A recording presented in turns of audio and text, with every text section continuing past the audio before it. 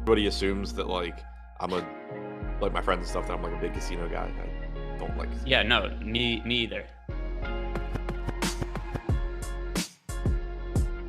What is going on, everybody? Good morning. Got Adam back in the fold. He is fresh back here from a trip from Atlantic City, here to break down some baseball. Like the video, subscribe to the YouTube channel, and shout out to Prize Picks, sponsored today's show. We are sponsored by Prize Picks. Almost made a mistake there, Tyler.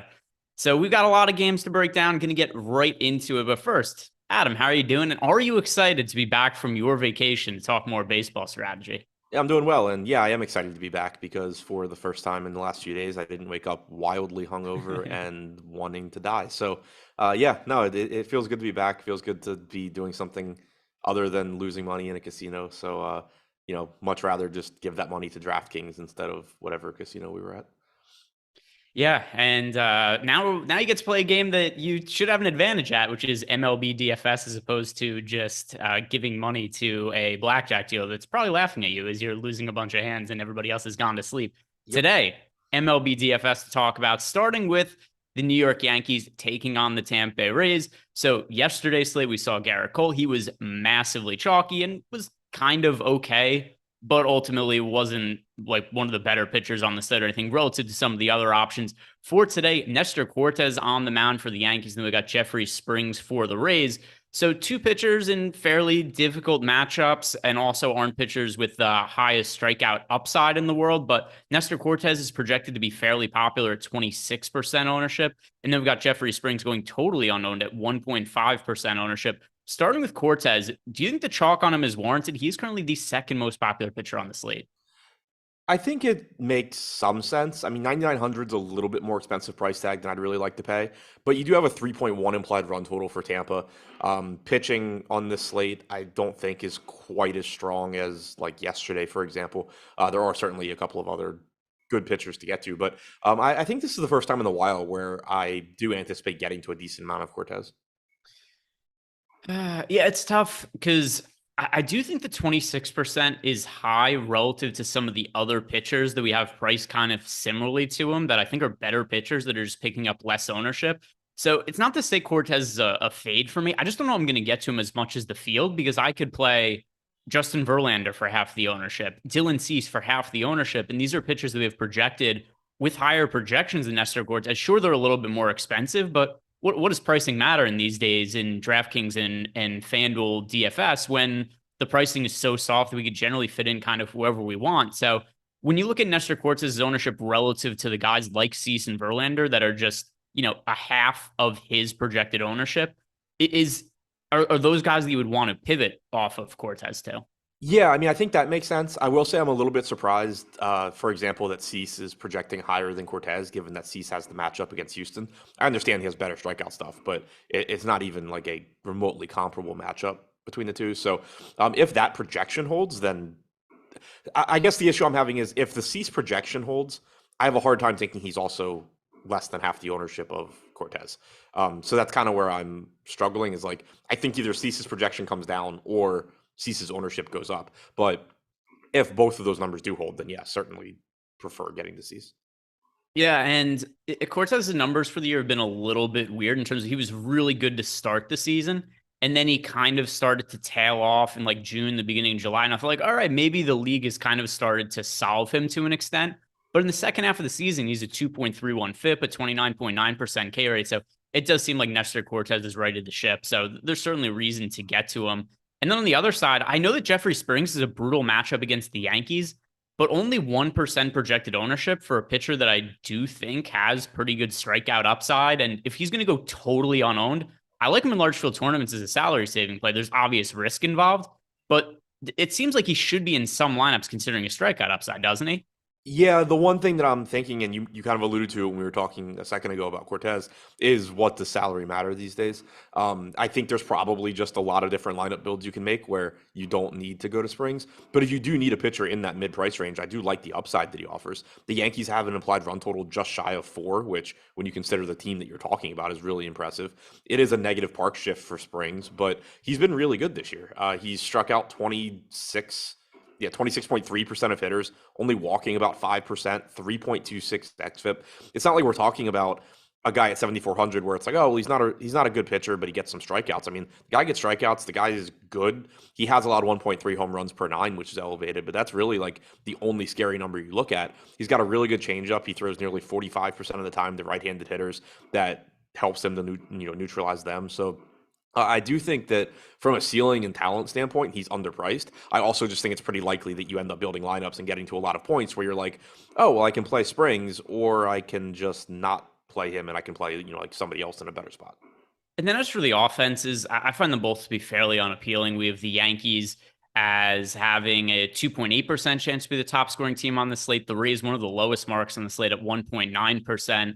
And then there's also just so many offenses to choose from. It's going to be hard for me to prioritize either of these teams. Do you see it any differently from an offensive standpoint? No, I think it's a really tough spot. I mean, Aaron Judge clearly goes without saying. You can get him into lineups whenever you want.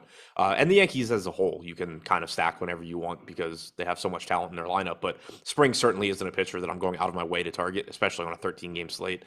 And then on the other side, with Tampa Bay, just not a particularly appealing offense. Rosarena is expensive, so I mean, that's a pretty tough sell. I don't anticipate really getting the offense this year. If I did get to one, it would be the Yankees first, most likely. Yeah, and the next game we have to talk about, the offenses are going to be a little bit more appealing and bring other talking points because it's the Boston Red Sox taking on the Pittsburgh Pirates. Now, Mitch Keller's had kind of an up and down season, and the underlying numbers suggest that he probably hasn't been quite as bad as many people would think. 4.22 expected ERA for Mitch Keller and 18.8% K rate. He's taken on the Boston Red Sox, who currently have the top overall top stack odds in our top stacks tool. But with that said, and by the way, the tool is free to use if you guys want to go check it out. It's very flat today. There is no one team with overwhelmingly strong top stack odds. So the Red Sox today, 7.5% chance to be the top scoring team, first on the slate, 8.9% projected ownership. Do you want to get to a chalky Boston stack against Mitch Keller, who, like I said, has probably not been quite as bad as the public thinks he is? Yeah, I kind of don't really get it with Boston here. They're cheap outside of the top three hitters in the lineup, but Pham, Devers, Bogarts are all 5K or more. And Mitch Keller is just really weird. Like it's tough to talk about Keller because he's like totally changed the type of pitcher that he was or is. He used to be a good strikeout pitcher, gave up home runs, was really interesting to roster in DFS, but then would get blown up. Now this year he's not getting strikeouts, but he really hasn't been a bad pitcher from a run prevention standpoint. Only striking out 18.5% of hitters, but 3.99 xFIP, 0.85 home runs per nine. Pitching in Pittsburgh here where it's like 75 degrees. I would understand, like I understand getting to the Red Sox because it's certainly not an infallible pitcher in Keller. There's certainly upside here, but them pulling this much ownership in Pittsburgh against a pitcher who really just hasn't been bad this year, and you're talking about a Boston lineup that is kind of garbage outside of like 3.5, 4 hitters. I kind of feel like you can call like Tommy Pham and Alex Verdugo like one because Verdugo's okay, but he doesn't really have power, and Pham sucks, but he has some power. But then Devers, Martinez, Bogarts are good. Outside of that, like what is this lineup? It's just really unappealing. So at current ownership, I kind of have a tough time making the case for the Red Sox. Yeah, and it's going to be interesting when we get to lock if anything changes because the Red Sox are one of the most popular teams right now, but it's 8.9% aggregate ownership. I can't remember a slate we had where there was not a single team that had more than 10% projected ownership or 10% top stack odds.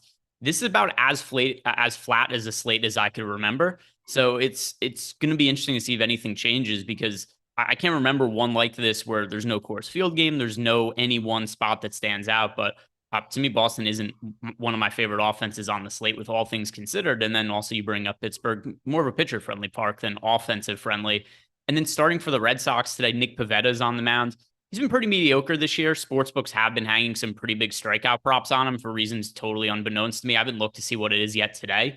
But his last start, it was 6.5, which was crazy high. So another spot that I'm going to be keeping an eye on to see where that strikeout prop ends up settling. But for today, 4.52 expected ERA, 22.5% K rate in a positive matchup against the Pittsburgh Pirates. Is this a pitcher you think you could see yourself getting to? Yeah, I like Pavetta here. I would expect that I get to him before Springs. I think it's similar. Like Springs is the better pitcher, but a much, much worse matchup. Nice park shift for Pavetta going into Pittsburgh. He's kind of just been what he's He's been this year pretty much what he's been his whole career. A guy that gives up too many home runs, but does have decent strikeout stuff. 22.5% strikeout percentage, 4.2 xFIP. But facing a Pirates team that is just a below average offense in a good pitcher's park, favorable pitching weather, only 8K. At current ownership, you have Pavetta at about 4%. You have Springs at 1.5. We had talked about Springs being a mid-range guy that's not getting ownership that makes some sense in tournaments. If Pavetta's only going to pull 4% here for 600 more, I actually would get the Pavetta first, I think. Yeah, and then something else that kind of makes me get to Pavetta, and I know I mentioned his strikeout prop before, but that was more from a betting angle. I'll look up what that actually is in a second. But just the fact, if he has another 6.5 strikeout prop, I'd be more inclined to bet the under. But it doesn't mean I wouldn't want to play him at low ownership for DFS. And the Pirates are weirdly popular today. They are currently projected to be the sixth or seventh most popular offense on the slate. We only have with 2.6% top stack odds. Why do you think it is that so much of the field is projected to roster Pittsburgh at the moment? I mean, I guess the case for Pittsburgh, well, for one, they're cheap. They have a 10% chance of being the top value stack. And then two, Pavetta does give up some power. So, you get cheap bats that are in a decent spot to hit home runs. Brian Reynolds also at 4K, pulling 14%. O'Neal Cruz pulling 9%. So it's not like the entire team is popular. You have those two. You have Gamble at 7%. But I think it's just mostly pricing. And then individually, like Brian Reynolds does look like a very good play at 4K. Yeah. And same for Cruz at 3,900. Yeah, there are some individual hitters here that I think could make sense, but still on the aggregate, I can't really see myself getting to Pittsburgh in any kind of real significant way. It's a lot of ownership going to both these offenses.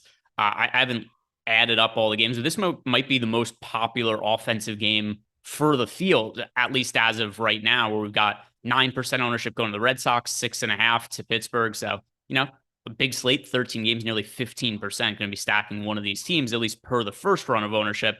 Could that change later in the day? Perhaps. A lot of times the numbers do change later on in the day, especially when they don't really seem to make sense early in the morning. But if you guys want to get access to all the tools as the day goes on and check out things like the ownership percentages, top stacks tool, top pitchers tool, you could sign up for an MLB Platinum Pass using the promo code MLB Strategy Show. If it's your first time signing up, that's going to get you 50% off your first week of a Stokastic Plus Platinum Pass. So just keep an eye on all of that as the day rolls on, because I do think we're going to see some data changes, especially on such a big slate. Next game is the Washington Nationals against the Chicago Cubs. And we had a really weird Cubs-Nationals matchup yesterday because Josiah Gray was fairly popular as a pitcher, and then the Cubs were not rostered as an offense. So I thought the Cubs were a great leverage spot. And then ended up being true. They were one of the better scoring stacks on the slate, but Josiah Gray was also one of the better value pitchers. So it ended up being both sides worked out for today. Patrick Corbin on the mound, 6.19 expected ERA, 19.1% K rate. He's been terrible this year, Adam, but generally the Cubs offense hasn't been great either. Is there a side you prefer in this? I prefer the Cubs here. Looking at the top stacks tool right now, they're one of the teams, them and Toronto, where they're getting similar ownership to Boston. We have them projected with similar top stack odds, but I just have a much easier time making a case for the Cubs than I do the Red Sox right now.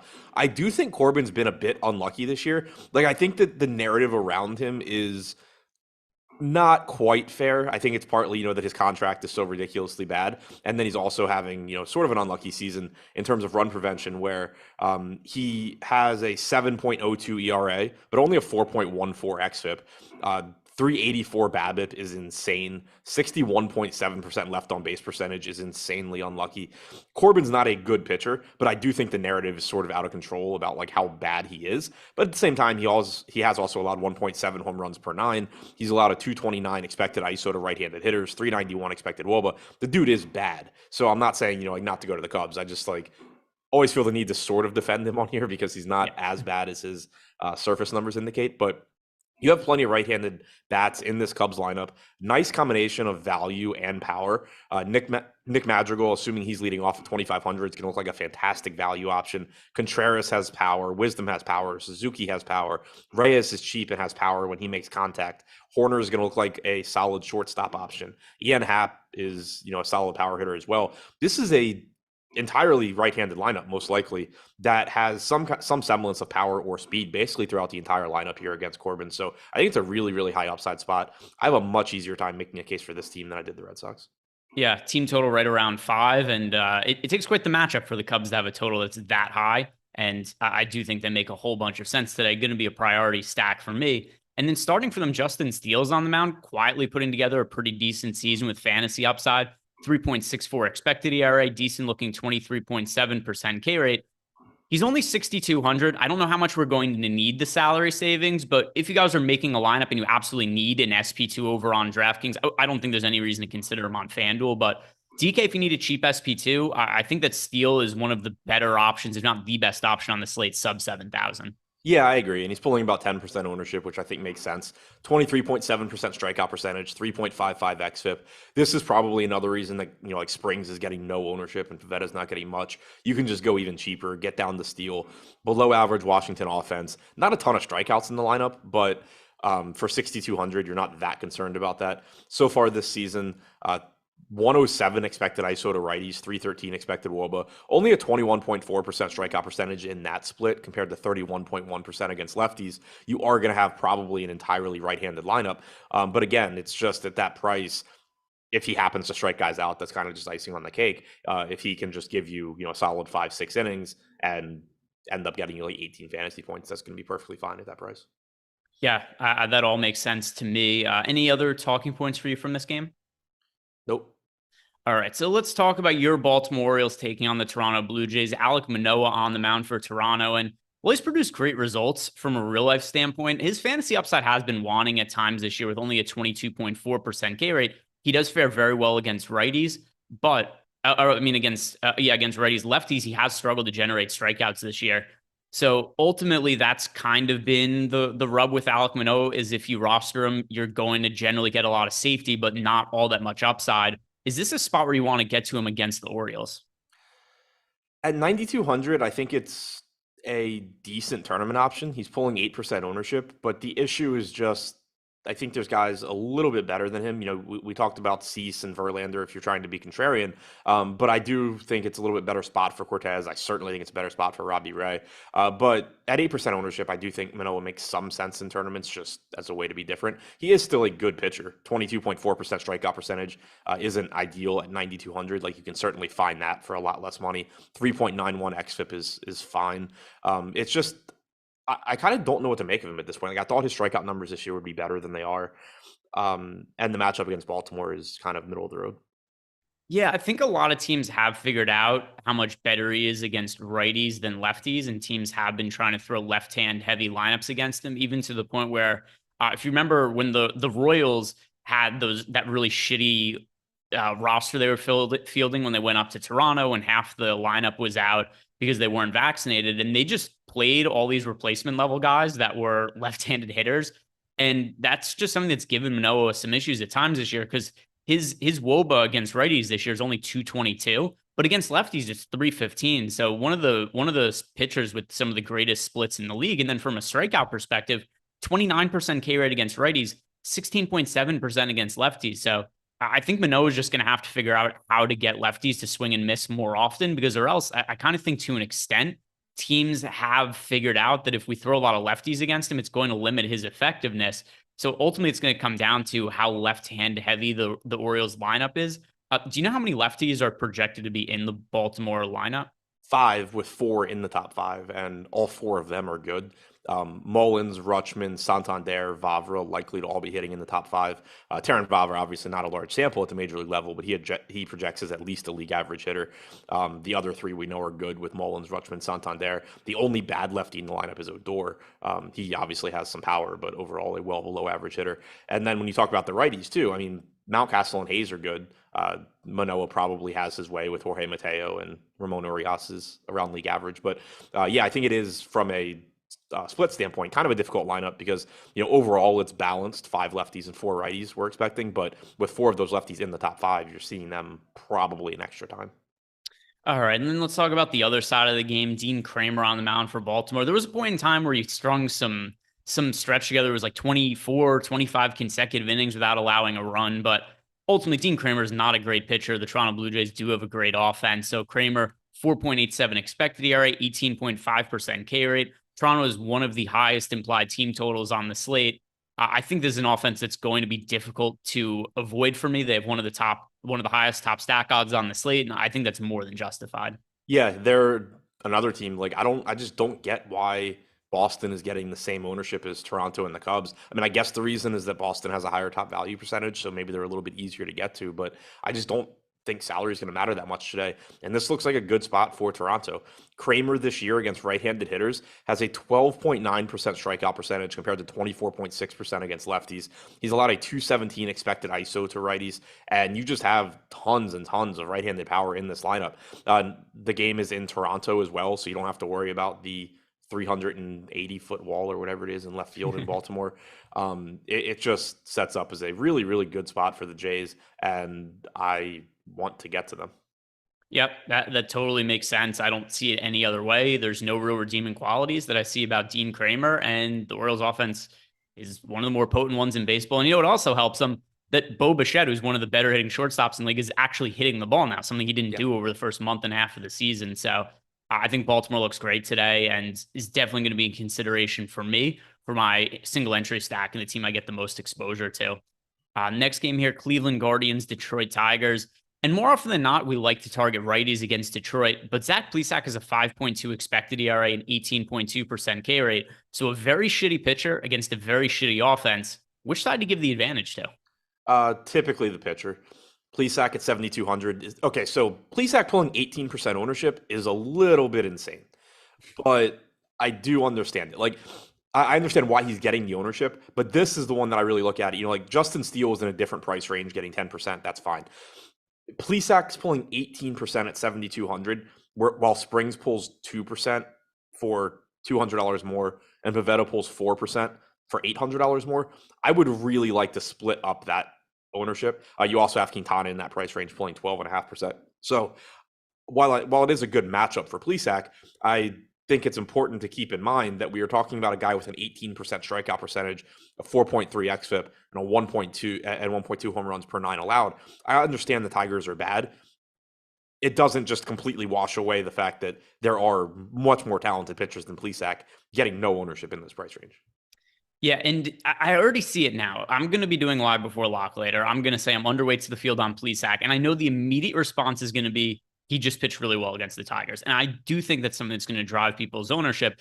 And by the way, in general, ownership for pitchers who are righties going up against the Tigers totally makes sense if people want to get to them. But we just saw a start from Plesac where he pitched 6 innings, had 7 strikeouts, only gave up 1 run against the Tigers. That's probably only going to inflate his ownership more. So if people are looking to save money at pitcher, I'm pretty positive as of right now, he's going to be the most popular SP2 on DK. Yeah, and I'm not saying not to play him. Like I may end up with more. I don't know, because it's like I don't like trying to guess where I'm going to end up on one particular player, because if I just end up playing low owned stacks, there's no reason I wouldn't be playing Plesac, because he does project the best out of that group. But it is one spot where the ownership difference just stands out, where, you know, if I am getting to a team like the Blue Jays that's pulling some ownership, or like the Cubs, one of the most obvious things I can do is just turn some Zach Plesac into some Nick Pavetta. Yeah, and then I think I actually like the Cleveland offense better than Plesac as a pitcher, because Plesac's picking up all this ownership. There's ownership going to Cleveland, but it's 6%, nothing problematic. And Garrett Hill has sucked this year. He is a 6.28 expected ERA, 11.2% K rate. I just don't see anything positive from him. And so I look at Cleveland as a team that I really would like to load up on against Hill. Yeah, he's really struggled to get strikeouts so far. Pulling up his minor league numbers now, I thought I remembered him actually having decent strikeout numbers in the minors, but I could be thinking of somebody else. Yeah, 28.7%, only 2 AAA starts this year. So most of eight AAA starts this year, 7 AA starts. He did strike out a lot of guys there. So I mean, obviously that doesn't mean he's going to put up huge strikeout numbers in the majors, but he is likely to strike guys out at a bit higher rate than 11%. Zips projects him for 17.5%, the bat for 18.2. So either way, not projecting to be a great strikeout pitcher in the major leagues. And I'm with you on Cleveland. They're a team that just isn't getting quite as much ownership as Boston, Chicago, Toronto. And I think they're in a pretty good spot here against Hill. You have Ramirez, who's always one of the top third base options. Jimenez looks solid. Rosario and Kwan are always pretty good. Nolan Jones is still only 3,100, so that's a pretty solid price tag as well. Something I think might have helped Hill's stats in the minor leagues, as I'm just looking through them right now. He didn't pitch very deep into games in the minor leagues, where if you look at his minor league outings, he was under 5 innings more often than he was over 5 innings. He only pitched 6 innings twice. So he had all these starts where it was like 3 innings, 4 innings, 5 innings, and that might have been something that kind of helped his strikeout rate. He was pretty consistent with the strikeouts in the minor leagues, but just trying to figure out why it is that the strikeouts aren't translating. It could also just be as simple as something like he's just a fringe player where he's a quadruple A guy, somewhere in between the MLB and the triple A. But yeah, so far the strikeout numbers, to what you were saying before, haven't translated, but like haven't translated in a crazy way. He's an 11.2% striker rate and a 9.9% walk rate. That's terrible. Yeah. Let's see anything. Yeah, there's nothing else. He also only has a 91.7 average fastball velocity, so that's not something that would really indicate a guy who could generate a lot of swing and misses at the MLB level. But still, it's a small sample size. We'll see what happens moving forward. You pointed out the projection sources moving forward. I tend to think those are the most accurate barometers. Yeah, and also, I mean, extremely small sample here, but you mentioned the fastball velocity. He's thrown 104 sliders so far to right-handed hitters. He only has a 7.7% swinging strike percentage, and it's gotten absolutely lit up. 281 expected ISO, 369 expected WOBA. Again, you're talking about 100 sliders thrown, but if you don't throw hard and your breaking ball is extremely hittable and people don't swing and miss at it, you're going to have a really hard time getting major league hitters out.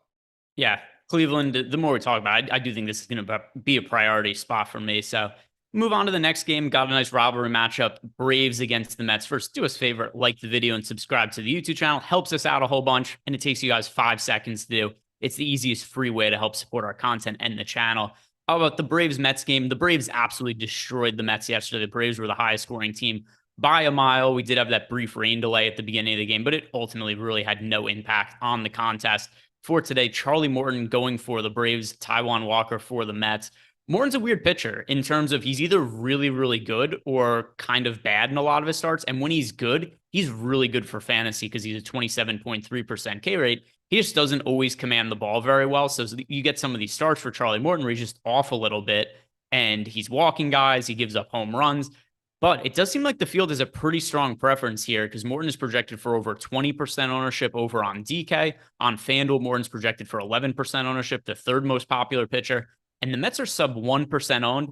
This is an interesting upside spot for me because, like I said, Morton, when he gets blown up, he gives up home runs. He could really, really give up some crooked numbers. The Mets have a good offense. I like them as a contrarian stack if they're actually going to come in under 1% owned. Yeah, I was kind of surprised at the ownership coming to Morton, just because it seems like on a lot of slates recently, we've gotten it where it's very similar to how it is today. 8,500 is too cheap of a price tag for Charlie Morton. There's no real way around that. He has a 27.3% strikeout percentage. It's out of all starting pitchers today, it's behind Cease, Woodruff, and Ray. So the strikeout upside certainly there. He's got a 3.67 xFIP. He's really good, but he's also got a tough matchup against the Mets, and it seems like he's just kind of had tough matchups in general recently. But if the ownership's and normally it's like, oh well, Morton's not getting much ownership, maybe I'll get there because he is cheaper than his talent level. But here you're getting the ownership going there against a Mets offense that is very good and doesn't strike out a ton. I'm not saying not to roster Morton, but the ownership or the matchup does kind of scare me at that ownership. And again, you have somebody like Nick Pavetta for 1/5 of the ownership facing the Pirates in Pittsburgh. He's not as good a pitcher as Morton, but if you wanted to give me 4 or 5 to 1, I'm just taking Pavetta every single time. So that's another spot where I'm not saying like not to roster Morton, but within lineups where maybe I have some more popular hitters, I think that's a pretty appealing pivot to make. Yeah, that's where I'm looking at it right now. And I'm just looking at all the offenses today that are crazy low owned on a slate where the ownership is, pretty split. The Mets are currently projected to be the least owned offense on the entire slate. That's crazy to me. The Rockies on the road have less ownership than the Mets. The White Sox, have more ownership. The White Sox have more ownership against Justin Verlander than the Mets have against Charlie Morton. I don't really get it. And when we have 4.4% ownership for the Mets, I think this is a really good team to target in large field GPPs. And if you play 5% of the Mets, you're 10x the field. I really do like getting to this spot. And it's not to say Charlie Morton isn't viable, but relative to ownership, I'm going to be more overweight to the Mets than anything I do with Morton relative to where the field is at on him. So I agree with your logic, like that the Mets just aren't getting any ownership here and it makes them appealing to get to. The reason that I pretty highly doubt I get to the Mets is just the pricing. Like it's already a difficult sell when you're talking about a 13-game slate. You have an offense facing Charlie Morton, but when there's one hitter in the projected lineup sub 4K, and that's Michael Perez hitting ninth at catcher.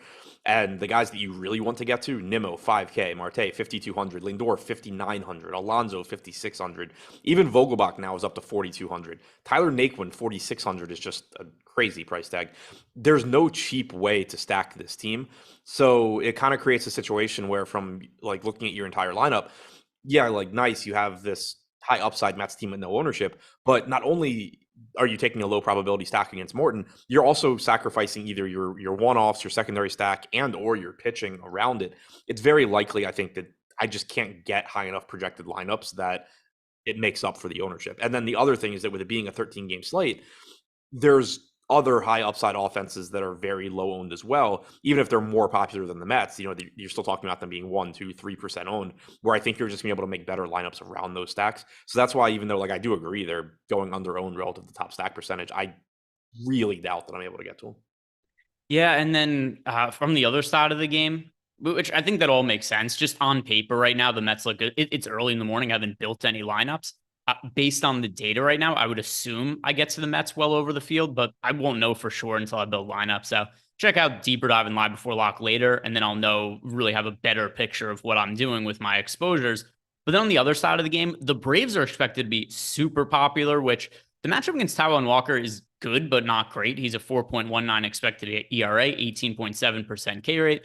The Braves were also coming off a game where they scored a ton of runs against the Mets yesterday. They're the highest scoring team by a whole bunch. They won tournaments yesterday. This was the winning stack. With the Braves project for 8% ownership, is it just me or does that seem crazy high against Walker? Yeah, it seems a little high.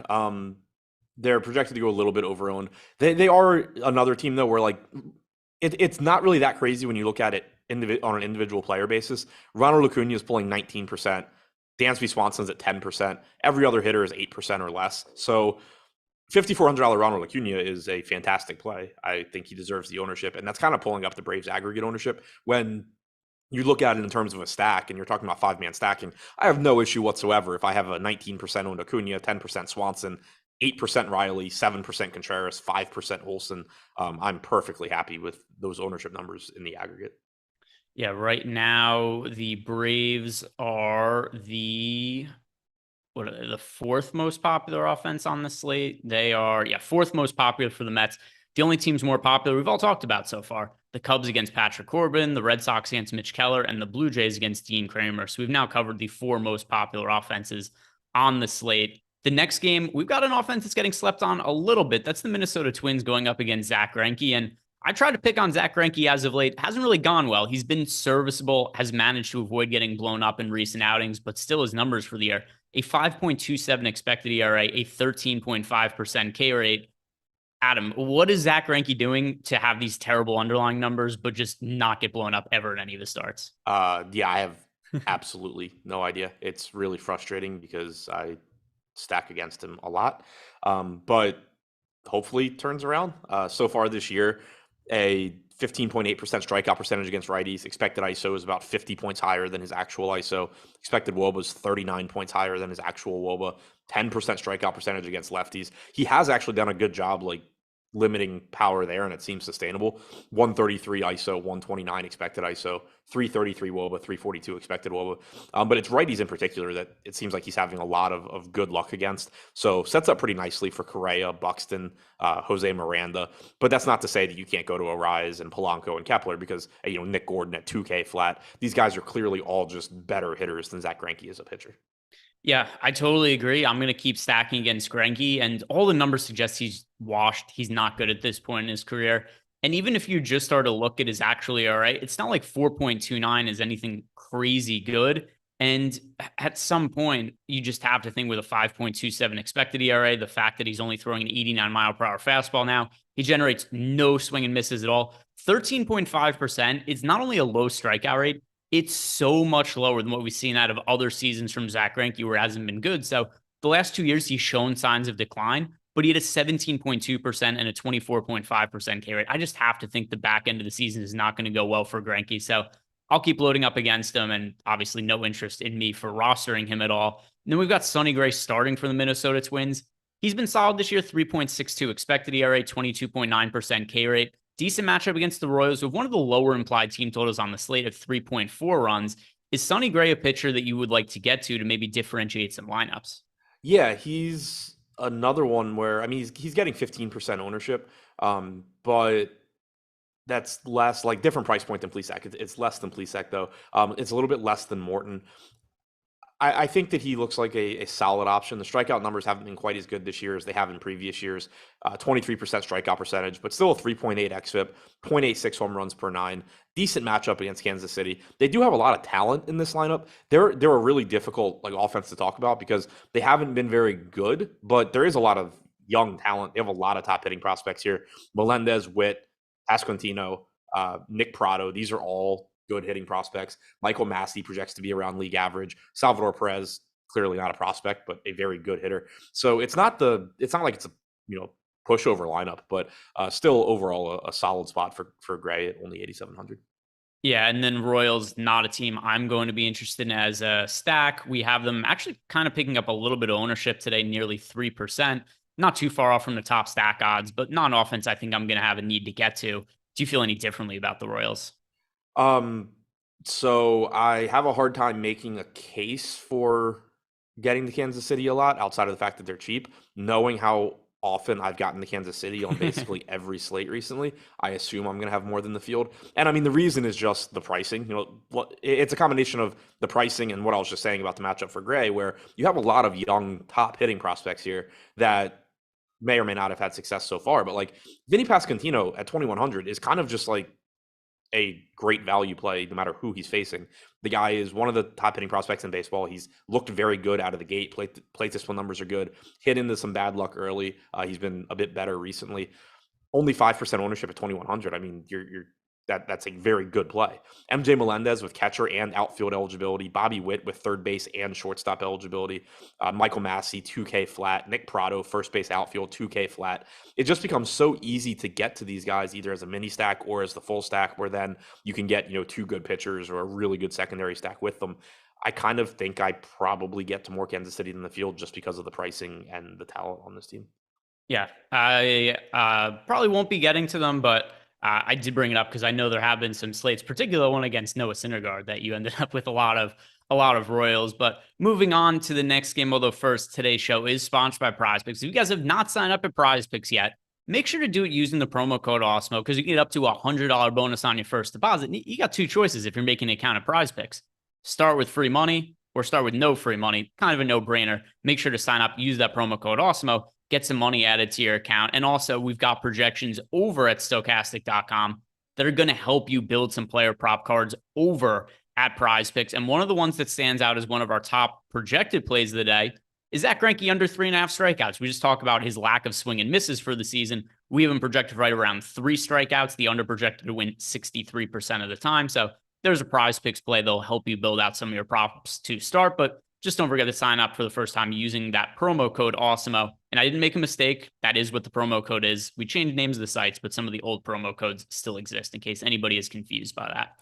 All right, next game, Colorado Rockies on the road against the St. Louis Cardinals. Jose Quintana was one of the big pickups that the Cardinals made at the trade deadline. Maybe it seemed like a bit of an odd move at the time, but Quintana has been pretty solid, and a matchup against the Rockies, he's a 4.02 expected ERA, 21.3% K rate. Colorado, big home road splits. Shouldn't be a shock. Much better at home at Coors Field than they are on the road. How are you viewing Quintana in this spot? He's off to a pretty good start in his Cardinals career. Yeah, he's getting the Rockies outside of Coors. I think he's a solid option. He's getting 12% ownership on DraftKings at 7,800. That seems more or less where it should be. The one thing working against him here is you most likely are going to have a predominantly right-handed lineup for the Rockies. He's been fine at limiting production to righties this year with a 326 expected WOBA and a 151 expected ISO, but only a 19.2% strikeout percentage against righties compared to 32.9% against lefties. So from a strikeout standpoint, not a spot where I really expect him to rack up a lot of Ks, but he's cheap enough where as long as he doesn't get unlucky in terms of BABIP, he should be okay at preventing runs. So yeah, if he were like getting a lot more ownership, I would kind of have some concerns, but 13% seems to make sense for me. Yeah, and then I can't consider Colorado basically ever when they're away from Coors Field. There'll be individual matchups. Like, let's say they're facing Patrick Corbin in Washington with good hitting weather. Like, that would be an extreme spot. But other than that, I don't want to be on the Colorado Rockies. But on the other side, this Cardinals lineup is loaded with strong right-hand hitters, particularly in the middle. Paul Goldschmidt and Nolan Arenado. Better lineup against lefties than righties. Kyle Freeland's on the mound for Colorado. And while I do think his numbers are a little inflated because he pitches at Coors Field, you put him on the road still against this Cardinals offense and some of those righties in the middle. I think there's reason to consider the bigger hitters for St. Louis. And it's a team that's also not picking up that much ownership at 3%. Are the Cardinals the team you want to get to as a stack? Because I'm leaning towards yes right now. Yeah, I'm not too concerned about taking shots with this offense against Freeland. I think he's an okay pitcher, and like you said, he is getting outside of cores, but 4.55 xFIP overall this season, 16.4% strikeout percentage. I'll go ahead and take my chances with the right-handed power in this lineup, especially when they're not really expensive outside of Goldschmidt and Arenado, who certainly deserve it. Dylan Carlson at 4,200, O'Neill at 4,900. If you can't afford Goldschmidt, you can go Pujols for 2,200. The Young's only 4,100. You have a free Yadi Molina, who isn't very good, but he covers your catcher spot at a cheap salary. I do like the combination of power upside and relatively cheap pricing in this lineup. And right now, they're only projected for about 3% ownership, 4% chance of being the top stack. So while I don't think Freeland's a total gas can or anything, I do like the upside that the Cardinals offer. One thing to mention, and this has kind of been a trend throughout every game we've talked about. Weather is just cooler right now than it has been for most of the summer. 73 degrees in St. Louis, so it is going to play more pitcher friendly than it typically does in the middle of August. Yeah, and we're getting to that point now, kind of middle, end of August coming up, and it's going to be fall soon. The days of the 100-degree weather, probably, I hope they're done at least. I'm being optimistic because it's been crazy. But yeah, that is a good point about some of the weather cooling down that should mitigate some offense. And we got some super chats hit on here. First from the news guy, El Negro Loco. No, seriously, fade Sean V. Thanks. News guy, do you think Adam and I are sitting here? We're like, what is Sean V going to say today? It's going to shape our lineups. Where everybody ships in, throws their comments into YouTube. It's very infrequent, approximately 0% that I've seen somebody's comment in YouTube and be like, oh, I have to change all my lineups now. I love all you guys. I like everybody sharing their opinions, but I'm building my lineups off my own information, which a lot of you guys are doing too. I don't think Sean's listening to us either. I think he's got his own stuff he's going off of. And then another super chat from Clayton Eskew. This is a member super chat, just saying for the culture. Thank you, Clayton. We appreciate you. Moving on with the rest of the slate here and the next game, Texas Rangers at home against the Oakland A's. We've got Kohei Arihara making his first start of the season. What do you make of him going up against Oakland? And for what it's worth, a couple of news items just came out about the Oakland A's. Steven Piscotty released and Ramon Laureano placed on the injured list. He had a really weird non-contact leg injury where he was playing against Houston the other day and basically his leg just gave out and he slid on the dirt. It was a really weird, kind of scary looking play, but that's going to make an already shitty A's lineup already now worse. But Arihara making his season debut against Oakland. What do we know about him and what are we expecting from him? So he was absolutely awful in a limited sample at the major league level last year. Made 10 starts through 40 2/3 innings, struck out 13.5% of hitters with a 5.5 xFIP. He allowed a 360 expected ISO to righties, 248 to lefties, 439 expected WOBA to righties, 391 to lefties. He was absolutely awful across the board. This year at AAA, 72 innings pitched, 14 starts, 18 total appearances, 4.57 xFIP, 20.4% strikeout percentage. He's facing the A's, so there's some upside here. And like you said, it's going to be a watered-down A's lineup as well. But there's nothing that suggests this guy's a good major league pitcher. His minor league numbers last year, it was only 3 starts, but he had an 11.17 ERA and 8.28 FIP. Everything we've seen from Arihara in the States has been miserable. But he's gotten lit up everywhere. He's gotten lit up in the minor leagues. He's gotten lit up in the big leagues. Now he's getting another shot at the big leagues. There's no reason for me to think it's going to go well. He got his ass kicked in the minor leagues this year. Are the A's bad? Absolutely. Are they worse than AAA teams? No, they aren't. So if this is a guy who had an ERA and a FIP of nearly 5 in the minor leagues, I'm probably going to expect more or less the same from him at the major league level. Is that enough for you want to stack Oakland, though? Because it is a pretty poor offense. That's a nice way of putting it. Yeah, I mean, it's rough. I do like the idea of getting to Oakland because they're cheap and they're facing Arihara, but I have a really difficult time singling out what hitters I would like to get to. Sean Murphy is a solid option, but he's also expensive. Seth Brown, 3,300. First base only is unfortunate, but he's got some power. I think he stands out as a solid option. Tony Kemp lost second base eligibility, so that's not ideal either. Maybe you'll get Chad Pinder in the lineup. normally plays against lefties, but since they are without Piscotty and Laureano now, maybe you'll get Pidner in there. He's got some power. It's really difficult for me, though, to single out individual hitters I want to get to. As a whole, if you want to play some, really, really cheap A's against a really bad pitcher and just load up the rest of your lineups, I think that is going to look pretty appealing. But it's basically you're just counting on this guy being worse than an unbelievably bad offense. Yeah, and we've got the A's right here, and I know we've talked about how salary isn't all that significant right now, but at least if you need some one-off plays to save salary with, we have the A's with a 19.3% chance to be the top value stack over on DraftKings, by far the best odds of any team on the slate. And then over on FanDuel as well, 11.8% chance of being the top value stack, not quite as crazy high as DK, but still the highest odds over on FanDuel. And once again, reiterate, top stacks still free today to use if you guys want to go check that out. I see myself at the very least getting to a lot of A's as one-offs, even if I'm not making a lot of 5-man stacks. Yeah, that's another good point too. Like if you just get two good pitchers, like in your case, if you're going to the Mets, the A's are a pretty logical team to pair with the Mets, I think.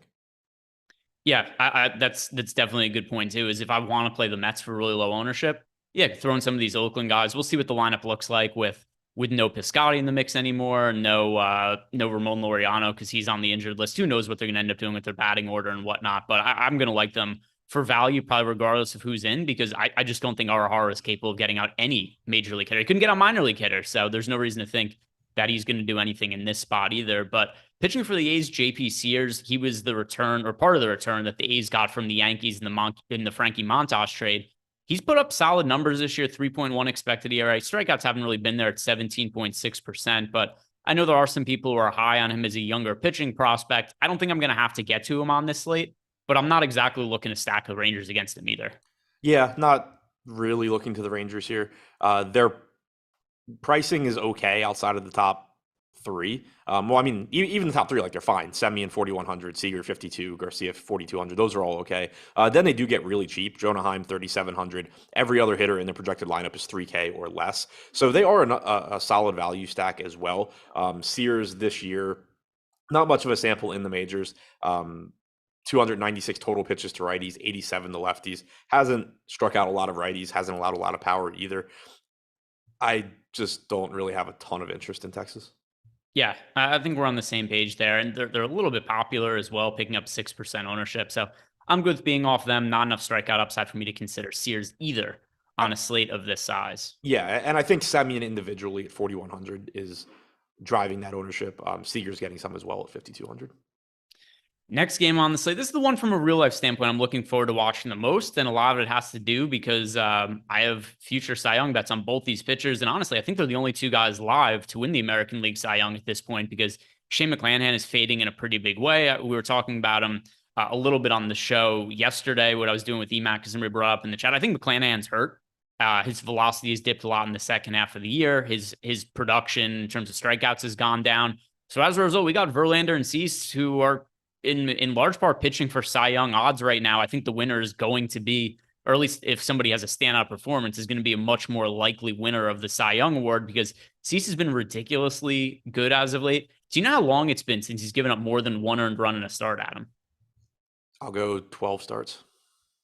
It's something along those lines. The last time that he gave up, and I mention this every single time he starts, and everybody gets upset in chat and says that I'm jinxing him. So I keep doing it. Eventually it's going to happen, but I've said it every start for a very long time now. The last start that he gave up more than one earned run was May 24th against the Red Sox. Since then, 1 1 0 0 0 1 1 1 0 0 0 0 0. It's like binary code here. 1 0 1 0. That aside, he has been ridiculously good. The strikeouts, a little bit of a downtick in recent starts. Honestly, if I had to bet on when Cease is going to get more than one earned run to start, it would probably be in this spot against the Houston Astros. They have such a potent offense, but neither team is expected to score very many runs in this game. But despite that, neither pitcher is surprisingly picking up all that much ownership. We've got Justin Verlander projected for 16% ownership. We've got Dylan Cease projected for 11 over on DK. For FanDuel, Verlander projected for 5% ownership. Cease projected for 3. I don't like the offense in this game for obvious reasons, but I'm going to be overweight to both these pitchers because this just does not seem like enough ownership.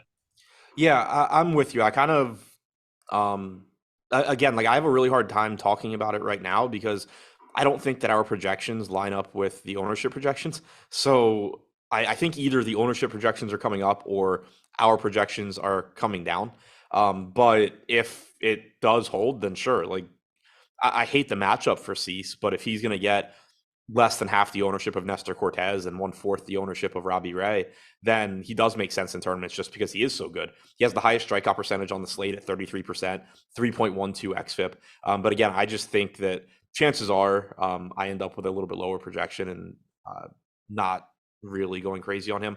I think the spot sets up a little bit better for Verlander since he's not facing the Astros.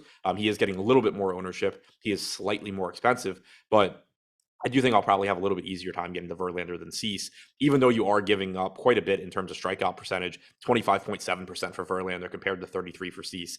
His walk percentage is about half of Cease's. 3.4 xFIP is slightly higher than Cease's, but pretty comparable. I do think it's a little bit easier to get to Verlander. Yeah, and Matt, also just this White Sox lineup, which has been so underwhelming for the year. I know it's been talked about a lot over the course of the season, but the White Sox 96 WRC plus against right-handed pitching. They don't have Tim Anderson right now. So I think this is an offense that's not quite as good as a lot of people would think it was going to be coming into the year. So the matchup infinitely easier for Verlander, and the White Sox only a 3.4 implied team total, very low today. So Verlander, Cease, I want to be overweight to both of them, but I do envision myself getting to more of the Verlander side than the Cease side. And fair to assume also no interest in the offenses for you, Adam? Yeah, pretty difficult to make a case for going against two of the best pitchers in the league. Yeah, 13 game slate, a lot of spots to choose from. The next one, Milwaukee Brewers against the Los Angeles Dodgers. And this is another spot where I don't really like the offense. Is Ryan Pepiot on the mound for Los Angeles, a well-regarded young pitcher, was a 4.37 expected ERA and a 25.3% K rate. And then Brandon Woodruff is in a very difficult matchup against the Dodgers, but he himself is a 3.31 expected ERA and a 28.8% K rate. I don't know that I'm going to want to roster Woodruff against the Dodgers, but I don't want to really roster the Dodgers against Brandon Woodruff.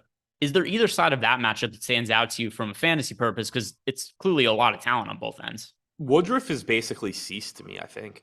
Not, strikeout numbers, he's not quite as good this year, but 29% strikeout percentage is second highest on the slate. 3.4 xFIP is very good. He's projected for about 7% ownership. He's also got an unbelievably bad matchup against the Dodgers. So to me, they're kind of similar where yeah, it's cool. I can get a really high ceiling at low ownership, but also I think that they're just going to project low enough compared to somebody like Robbie Ray, where I'm probably going to end up differentiating more at hitter than getting to a lot of Woodruff.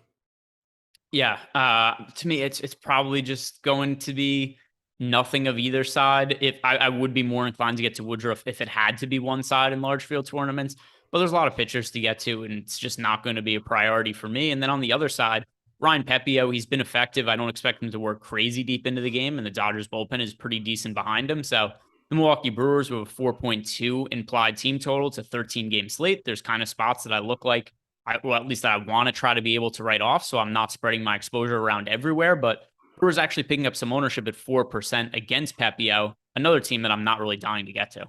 Yeah, same boat. I think Pepiot's solid enough. 25% strikeout percentage this year. He has walked way too many guys, 5.5 xFIP, but you're talking about a limited sample. He should be a decent enough pitcher. Pulling up his minor league numbers now, but I remember being relatively impressed the last time I looked at him.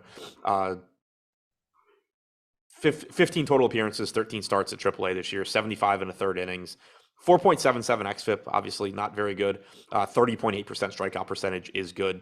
So, I mean, I get why the Brewers are getting some ownership, I guess, but they're also just not really that cheap. I think out of everything in this game, I would probably get the Brewers bats first, but still not really a priority for me. All right, 2 games left to hit on here.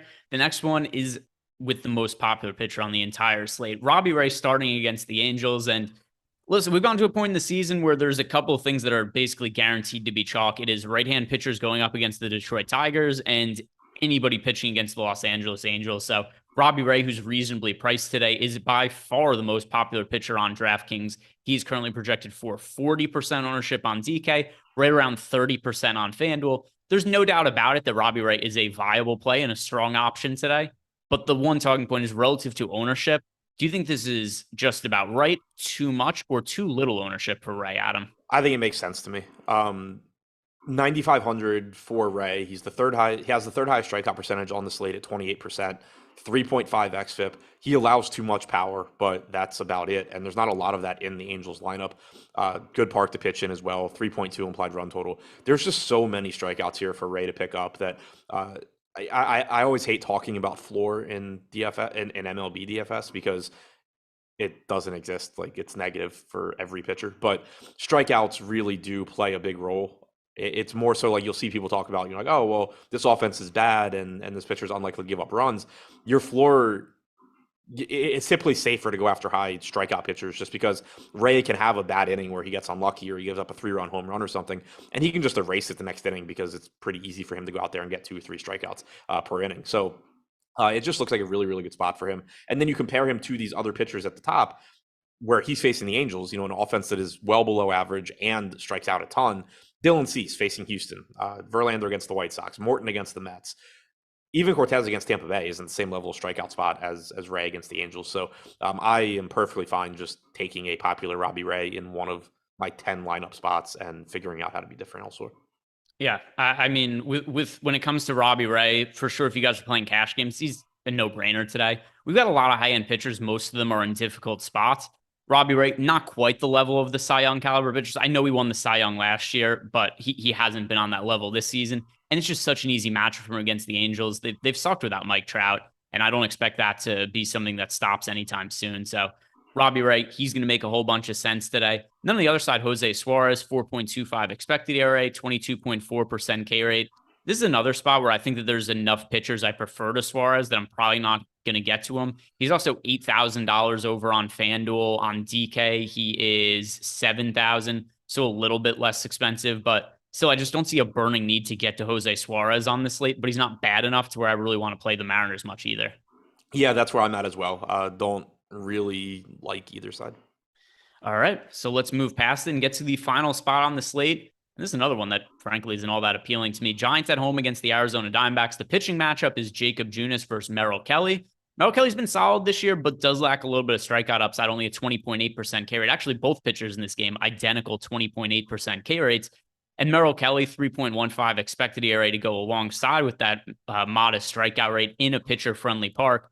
But at the same time, too, is there enough upside in Merrill Kelly to roster him on this slate when we have so many high-end pitchers? I think it's pretty tough at this price tag. It seems like every slate, there's like 1 or 2 pitchers where DraftKings uses their 2018 pricing algorithm. And then on every other pitcher, they use the 2022 one where nobody's price goes up and no pitchers above, even gets to 11K.